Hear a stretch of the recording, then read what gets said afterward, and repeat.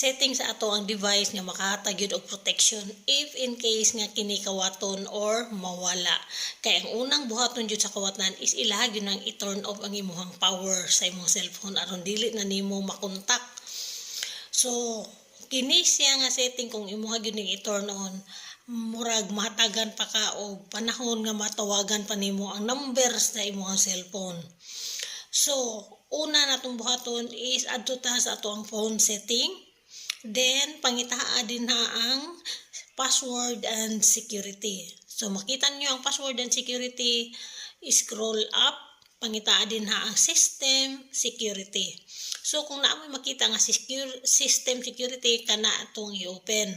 Then, scroll up, pangitaa din na ang required password to power off. So, i-click ng required password to power off. Then, i-turn on. So, once na naka-turn on na, walay lain maka-turn off sa imong device, gawas lang nimo. So, kay mangita yun na sila sa imong password, mangita sa imong biometric, or mangita sa imong face recognition.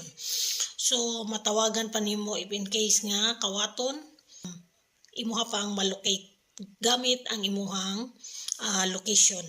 So, dapat kay balo ka sa imuhang Gmail o imuhang password aron imuha pa matrack ang iyang location.